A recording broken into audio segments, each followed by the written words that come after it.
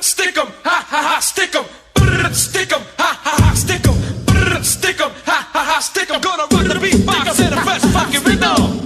Now with the mind-blowing, body-rocking DPMCs to all the homeboys and the young ladies, we're gonna rock a fierce beat with the human beatbox. And to the sucker MCs, jump off our jocks. His DJ name is Grandmaster Doc Mac. And we'll repeat it if we have to, once or twice. We're gonna take it from the bottom and straight to the top. So check it out, party people, it's the human beatbox. What you just heard was one of my favorite joints from one of my favorite groups from the early stages of hip hop, and that is the Fat Boys, and the song was the Human Beatbox. You know, I just gave you a small snippet, but that was my favorite. There's actually a couple different versions of that song. You know, they had like, that one was the original, and then they had like a video version as well. But that one that you just heard the snippet from, that was my favorite. Right now, I'm just going to do this as a tribute. I want to represent, you know, Prince Markie D, because he just passed away. May he rest in peace. But I also just want to do this tribute for the Fat Boys in general, because they had a huge impact on the hip hop culture in general. You know what I mean? They impacted everybody, and they don't get enough credit. You know what I mean? There's a lot of stuff that happens to this day that nobody realizes, you know, that they contributed to, and, you know, how they made such a big imprint on hip hop culture. So let's get right into it. So first, you know, Prince Markie D, may he rest in peace. He was born Mark Morales. He was Hispanic. He died at the age of 52. So his group, not his group, but the group that he was part of, the Fat Boys, started back in 1983. And I remember when I first heard them, they just blew me away. You know what I mean? Because they were different. Their energy was different. You know, they were fun, and it was like so raw. I don't even think they knew the impact or capacity for entertainment that they had at that time. You know, I'm sure they probably grew to know, but they were young and still learning just how to be an adult. So when you get thrown into the music business like they did, you don't even know how much tremendous potential that you have. But anyway, the Fat Boys consisted of Prince Markie D, like I said, whose real name was Mark Morales, and Darren Robinson, who was the Human Beatbox, mostly known as Buffy or Buff Love. You know what I mean? So then you have my man Cool Rock Ski, whose real name was Damon Wembley, and, you know, they made up what was known as the Disco 3. So, and I'm going to tell you a little history about the Disco 3, because back in those days, you know, it was common to have some sort of numerical value to your group name. You know what I mean? That's why you had groups like Grandmaster Flash and the Furious 5, you know, Funky 4 plus 1 more, you know what I mean? Kumo D and the Treacherous 3. So the Fat Boys, they got that name later on. They originally started as the Disco 3. There actually was another group called the Disco 4. And, you know, they liked the concept so much, they was like, okay, let's call ourselves the Disco 3. And they were just like, you know, a neighborhood group. They all grew up with each other. I believe it was in Brooklyn, New York. And they all kind of just grew up together, and they just were always friends. And so they actually went through to a rap contest at like Radio City Music Hall, and they weren't even trying to be a part of the contest, but they got thrown on stage kind of at the last minute. Somebody just kind of handed them, you know, the tickets and said, all right, you up next. And they were like, what? We up next? All right, okay. Well, let's do our thing. You know what I mean? And they went up there, and, you know, they did really good. And one of the judges in the audience was none other than who's known as the original king of rap, Curtis Blow. You know what I mean? And so he was one of the first people to jump up and give him a standing ovation, clapping, and all of that. And they like, whoa, we impressed Curtis Blow.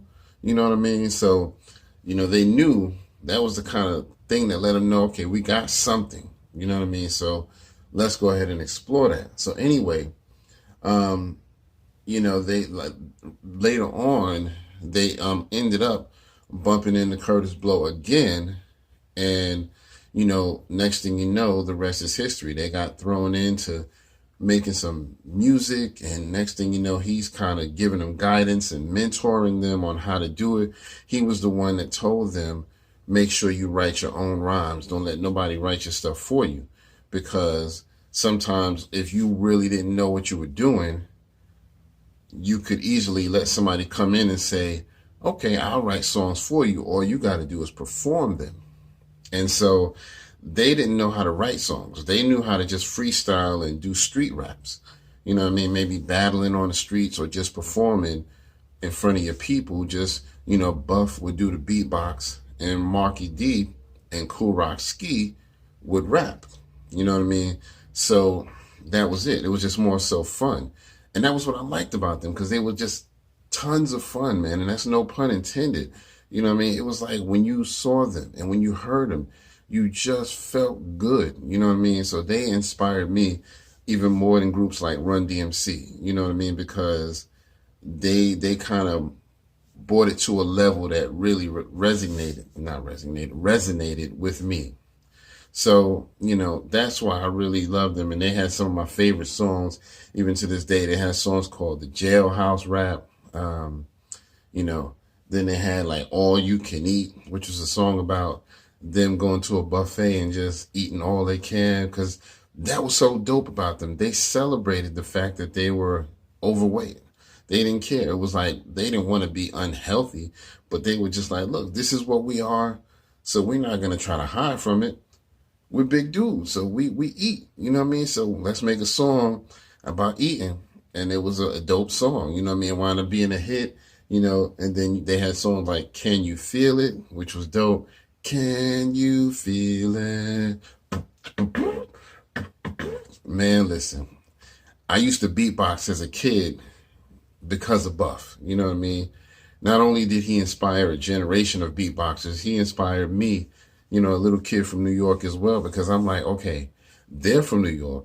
I'm from New York. They can do it, so I can do it. You know what I mean? And it made me, start being that beatboxer kid for my group. You know what I mean? So when we was around the neighborhood just having fun, before I got into rapping, of course I started off as a dancer. I did break dancing and electric boogie. But then I got into beatboxing because everybody else wanted to rap. And for me, I was like, I don't think I can rap. I don't think I'm good enough for that. So I'm good at the beatbox. So y'all, if y'all want to rap, let me do the beatbox. Because they would hear me doing every now and then just off to my own, beats always just inspire me. So randomly, we'd be walking down the street and I would just start beatboxing. You know what I mean? And so my friends was like, yo, you pretty good, man. You need to do that one you did again. You know what I mean? I had certain ones that I did. And so that was mainly because of them. Beatboxing was always a big part of the culture. Even Run DMC did it. Run beatboxed a little bit on some of his songs, but it wasn't that big of an element for Run DMC. But they did do it. Run was a beatboxer. And so what I liked about the Fat Boys was because it was real big for them. They couldn't really go without doing the beatbox somewhere. You heard it in almost every song that they did, if not every song. So they always made sure that Buff or the Human Beatbox was a part of that. And I really liked that about them. So they ended up, becoming so popular that they made appearances in movies like Crush Groove, which was huge for the hip hop culture. That movie had a lot of people in it. Curtis Blow, Run DMC, the Fat Boys, Sheila E. And my favorite part of the movie, if y'all ever see it, at the end, they do like a round table rap. You know, there's this big like conference table with all the rappers and everybody sitting there. You know, you got Curtis Blow, like I said, Run DMC, Fat Boy, Sheila E. And, you know, one by one, you hear everybody start rapping. You know what I mean? Curtis Blow raps, Run DMC raps, the Fat Boys rap. And it was so inspiring because, you know, you see all these people who are big in the industry come together. You know what I mean? There's nothing like seeing famous people like that in our culture come together. You know what I mean? Without no, oh, I'm better than you, or screw you, I'm better than you, you ain't nothing. You know what I mean? Now, hip hop has always had healthy competition, but you know, you see so much real negative strife in real life that you like, when you see that unity, it's like, man, that's inspiring. So that's why, for me, that was one of my favorite scenes from that movie. So, but anyway, you know, that's just some of the things I liked about them. And, you know, so before we go too far, since two of the members are now passed on, let me give them some props. So let me go start with Buff, or AKA the Human Beatbox. So he was like I said, the nucleus of the group. It really wouldn't have been that special without him. Of course, the other two could rap, but the combination of those three, you know, it was just perfect. You know what I mean? So you couldn't really go to a Fat Boy show not expecting to see Buff. And then Buff was so good at the Human Beatbox. I mean, he had like this energy that his bass lines were just incredible. It really made you feel like you were in front of a real radio. Those bass lines just hit hard. And I remember as a kid, I was like, yo, how does he sound so fucking good? And I mean, every time you hear him, it's like you can't help but, you know, be bobbing your head like, oh,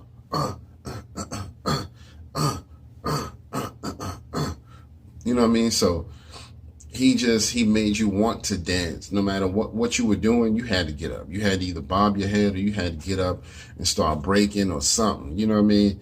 Even if you was a person who didn't really like dancing, you could not help but move your body when Buff started beatboxing. You know what I mean?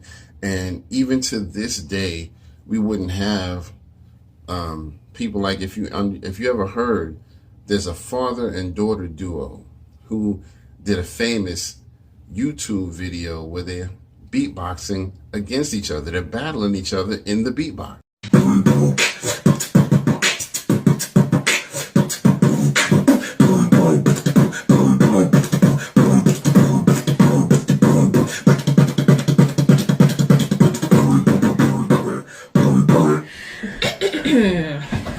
Okay.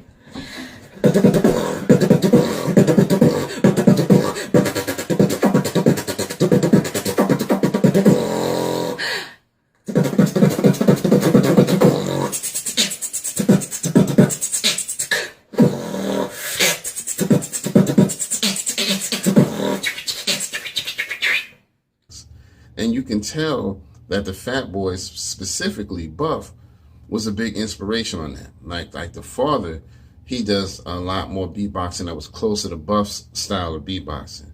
And the daughter, she does a lot more Dougie Fresh style, Timbaland style. You know what I mean? Think about Timbaland. You know what I mean? Even him, he beatboxing a lot of his stuff. A lot of Timbaland beats had him, you know, doing shit in the background, because beatboxing has always been a huge part of hip hop culture. So, you know what I mean? But that father and daughter duo, they still doing their thing, you know what I mean? And they just did a friendly little competition on YouTube, and it got millions of views, to the point where they had to keep it going. It was like, all right, we're going to keep going. You know what I mean? They're still professional beatboxers even to this day. You know what I mean? And of course, Dougie Fresh had some influence on the culture as well. But there were so many. But I think Dougie Fresh and Buff were the most prominent in the culture at the time. There was other ones even before that. But, you know, there was even a group called the Skinny Boys, who was trying to, you know what I mean, almost like emulate the Fat Boys, but they were called the Skinny Boys, and they had a beatboxer in their crew. You know what I mean? I liked them. You know what I mean? They didn't last as long, but you know, they were dope. I liked them. And so, you know, but yeah, and I mean, then the Fat Boys ended up making their own movie called The Disorderlies, which is where they were orderlies for an older guy who had a lot of money, but they were, you know, hired to kind of take care of him. And it was a dope comedy. And, you know, a lot of people don't give them credit because that movie actually was hilarious. You know what I mean?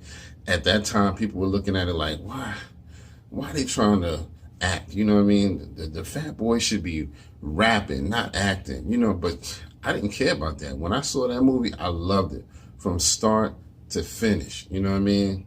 And there's even references to that movie in movies like The Hangover. If you ever watched The Hangover, I believe it was the first one, where Zach Galifianakis' character said something to somebody, and he kind of made a reference to the Disorderlies movie, because he said the word anything, but he said it like this. He said anything, anything. And that was from Disorderlies, because when the Fat Boys first got to the guy's like mansion to work for him, the butler, he talked like that. He was like, don't touch anything. Anything. And it was like, why you say it like, you know, why you say it like that? It was hilarious, but I knew exactly what Zach Galifianakis was doing when he did that in The Hangover, because he was talking to somebody and he said it in the same way. He was like, you know, don't touch anything. You know what I mean? Something like that. I don't know. He was saying something about it, but he used the word anything and he pronounced it just like that. So, you know, I always love hearing those little points of reference and places where they kind of pay homage to something old school. So, you know, a lot of you may not have even noticed that because you may not be familiar with the movie Disorderlies, but that's what it is. And so, you know, but, you know, Buff, man, he was such a presence when it came to the music. You know what I mean? You could not help but, you know, vibe with him. You know what I mean? There was no avoiding him. You know what I mean? And I'm glad that they made the group. Now, Buff ended up passing away around 1995. I believe he had a heart attack. Now, in in an interview, Prince Markie D explained what happened with Buff. He didn't necessarily just have a heart attack out of nowhere. He was basically just walking down the street or some way of walking, and he basically, because he was so overweight, what had happened was he fell and couldn't really maneuver himself. So when he fell, the way that he was laying, because he was so big, his heart kind of started to, you know what I mean, get in a compromising position where it couldn't function right. So as he's struggling to try to maneuver himself, he had the heart attack from that, from falling and just putting so much weight in a certain position. So that's what actually happened. According to Prince Markie D, he actually said that they had a conversation an hour before that. So he was probably one of the last people, if not the last, to speak to Buff before he passed away. And he said that they were basically, you know, politicking on doing a whole new song and album and everything. And Buff was like basically telling him, look, I'm trying to get myself together. I'm working to get my health better. I'm trying to lose weight and I want to get right back. And Prince Markie D was like, yeah, let's do it. You know what I mean? Get your weight loss going. When you're ready, let's jump in the studio and start making some songs. So they were actually planning to make a comeback at that point, you know what I mean, in 95.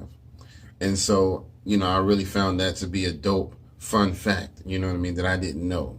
So, so shout out to Buff. But back, let's go ahead and give Prince Markie D some props as well, who's another member who is now, like I said, passed away. He was I think he was Puerto Rican. He was either Puerto Rican or Dominican, but he was Hispanic, and he was the one Latin kid out the group. You know what I mean? Prince Markie D was Latin, and then Buff and Cool Rock Ski were both black. But nevertheless, you know, not that that matters, but I say that because hip hop was dominated by black kids and Puerto Rican kids and Dominican kids in those early days. You know what I mean? And so, you know, we're all pretty much the same when it comes to that. But those were the main people in the culture. You know what I mean? Black people, and then you started having the Puerto Ricans and Dominicans jumping in, being b-boys and rappers and everything. You know what I mean? So, but Prince Markie D, when the Fat Boys actually had first broke up, he did do solo work because he wanted to continue being part of hip hop. He had just such a love for the music and the culture. He still wanted to do his thing. So he actually did a solo project. You know what I mean? He had an actual song, Swing My Way, that made it to the #1 spot in the R&B.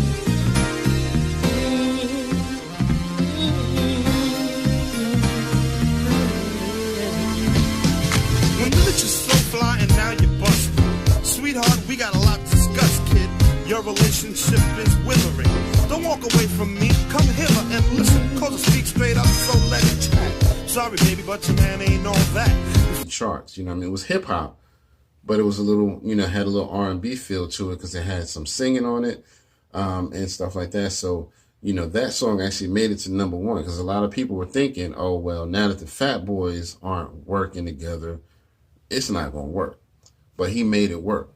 And I love that about him. Now, one thing that a lot of people don't know, Prince Markie D was actually responsible for a lot of famous songs in hip hop. He actually produced and wrote for a lot of artists. Some of them he wrote like maybe a whole song, and some of them he co-wrote.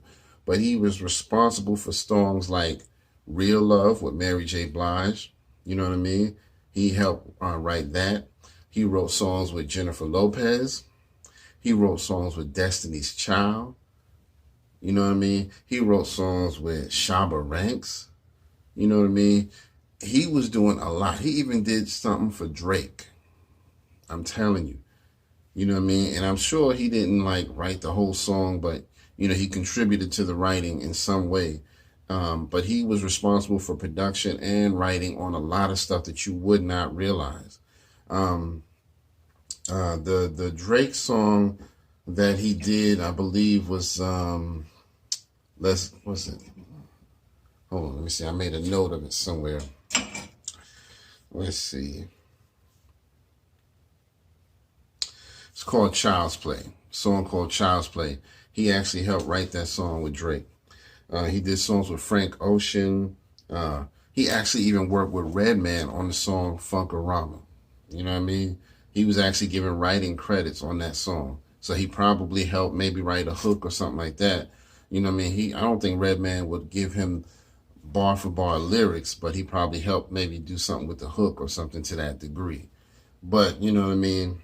It's just amazing to find out that he was helpful in so many songs, you know what I mean, that were going on in hip hop. He helped the 90s rapper Father MC. A lot of y'all may not know him, but he came out in the 90s and, you know, he had a short-lived career, but he had a couple of notable singles, and Prince Markie D helped write for him as well. So, you know what I mean? I really think that that's dope, you know what I mean? So, and what's so funny is today is actually his birthday. That's what really hit me hard, because I'm like, yo, he died yesterday. And when I found out about it, I was like, yo, it was so funny because I wasn't even looking for anything like that. I was actually trying to celebrate him because I was like, okay, he's one of my favorites. He's a legend. He's from one of my favorite groups. So tomorrow I'm going to throw up, you know, a post to give happy birthdays to Prince Markie D. So I'm on the internet Googling maybe a picture of him. And all of a sudden I see this little news clip come up in the related search. And it said that he passed away. And I'm like, are you freaking kidding me? So, you know, that was really hard, man, to hear about that, man. You know, because you preparing to celebrate this man, and then you find out that he passed away the same day before his birthday. So I really hate that he didn't get to celebrate that one more day, but we're going to celebrate his life, you know what I mean? Because we got to pay tribute to that, you know what I mean? So anyway, but yeah, you know, a lot of y'all may not have known, man, but he was still doing his thing. After he stopped making music, he got into being a radio personality. He worked down in Florida. He worked in Miami for a radio station, 103.5. Also worked in Florida at a station 99.1. And he started doing that around 2003, I believe. And I don't think he stopped until around 2010, somewhere around there. And then, as of recently, he has started working at Rock the Bells, which is the Sirius XM station owned by LL Cool J. So, you know, now I don't know the full story, but I believe when I heard about it, I believe what happened was Biz Markie was doing his radio show, and now Biz has been going through some health issues, so he had to stop doing it. And from what I understand, and if anybody knows, correct me if I'm wrong, but from what I understand, Prince Markie D came in to kind of, you know, take over for him. But being that it's been a while, we're looking at like 8 to 10 months now, you know what I mean, that Biz has been out of commission off the radio. So I think it became more of a permanent thing for Prince Markie D. So they called it the Prince Markie D Show. And you know, he had been doing it ever since. So I think they were looking at it like, we don't know if Biz is going to come back, so we might as well just make this a permanent thing just in case. Now, you know, my well wishes and thoughts go out to Biz. I hope you're getting better. I know that he's been dealing with the diabetic situation, and he supposedly went into a coma while he was dealing with that, and had a stroke and all types of stuff. So he's definitely been struggling. So I hope that he can pull through that, man, because I don't know, man. I don't want to hear about another legend like him being, you know, taken from us at an age where, you know, he didn't even get to retire. You know what I mean? He's not that old. You know what I mean? So I don't know. But anyway, shout out to Biz, and rest in peace to Buff and Prince Markie D.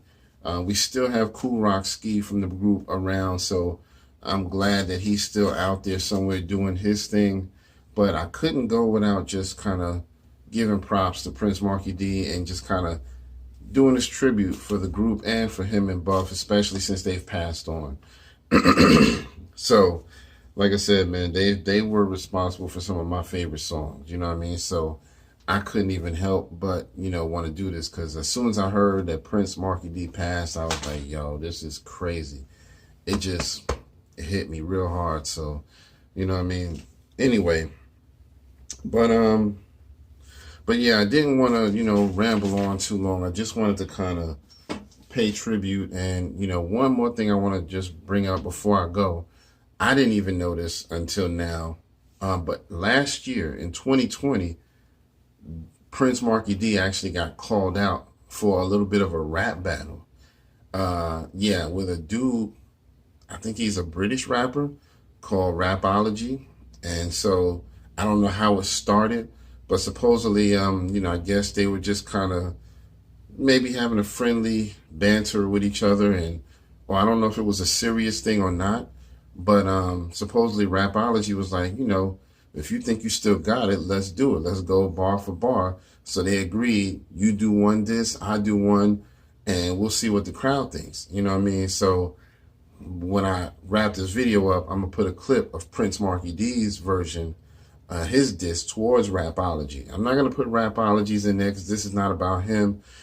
His song, excuse me, his song was okay.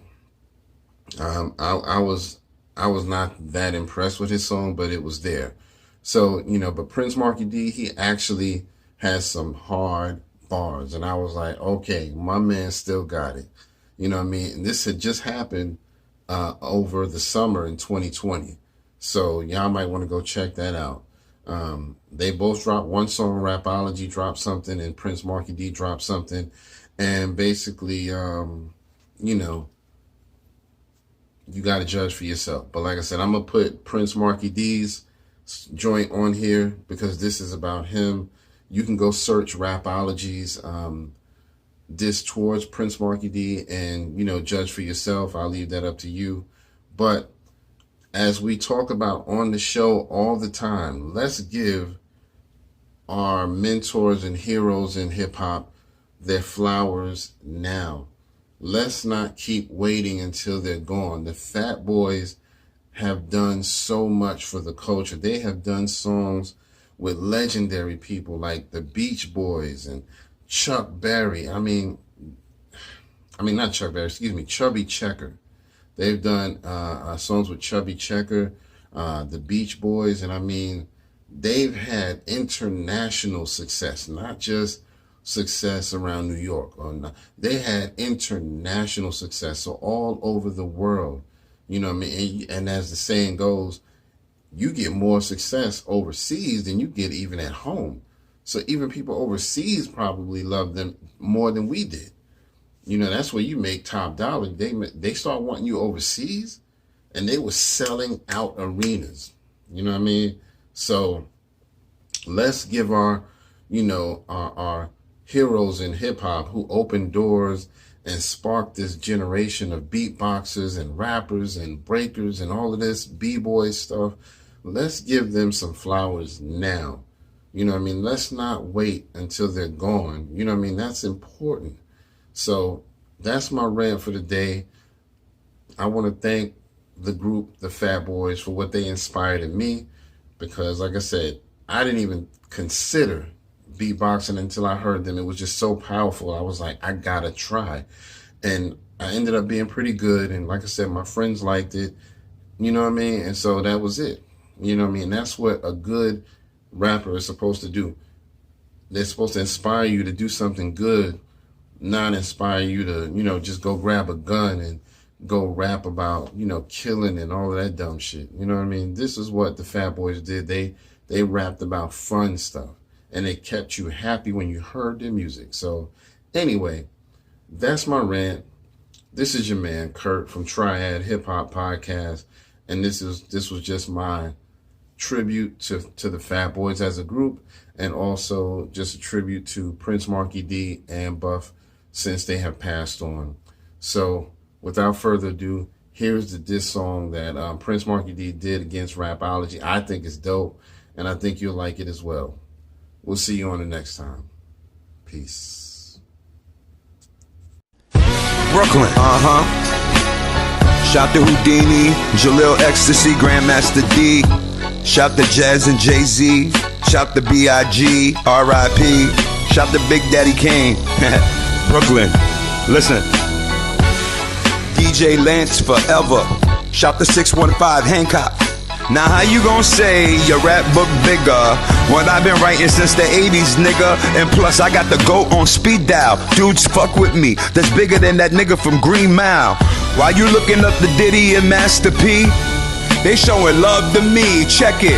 I'm your OG's OG, you get it? Now let it sink in, digest this a minute. You mad, cause you ain't got your pound of flesh yet. Or maybe I smashed your mom's on the Fresh Fest. Back then I'm knocking down everything moving. Actually that's alleged, it ain't been proven. And this here the ledge, you must keep it moving.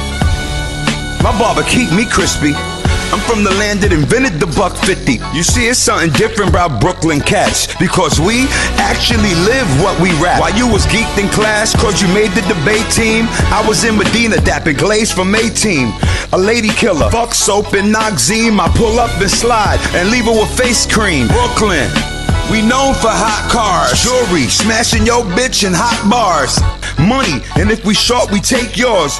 But you safe, we doing movies and world tours. But before that, the East ran the set. Besides me, it was Daddy-O from Stet. He crossed so many bodies, I was trying to figure, is he a rapper or is he a serial killer? And I ain't gonna talk about Kane, cause I seen him leave niggas looking like COVID-19. all pale and heartless. Nigga, I'm talking about the Prince of Darkness. All rappers born in the county of Kings. When you see them, bow down and kiss the rings and shout to the Bronx, Manhattan and Queens, and all the killers in general pop in the bings. The boosters, scammers, get it all means so much these eyes have seen. I've been shot at, shot back, and cleaned the slate. Knocked down at least 4 in every state. Toured Germany, Paris, London, Milan. So much money to divide, I add on. Blessed, I can't even make it clearer. I'm in movies while you was in movie theaters. Trending before IG and Twitter. I told you, you fucking with a OG spitter. If it's a bad bitch round, I'm probably with her. And tonight, I'm gonna be probably in her. Then it's off to the trap for drinks and dinner. We got scribblers look better than Kylie Jenner. And we leave niggas looking like dude from Thinner. White man from town, say Mark a winner. And in the end, life about lies and sinners, man. Just having some fun with it. God bless. I love you.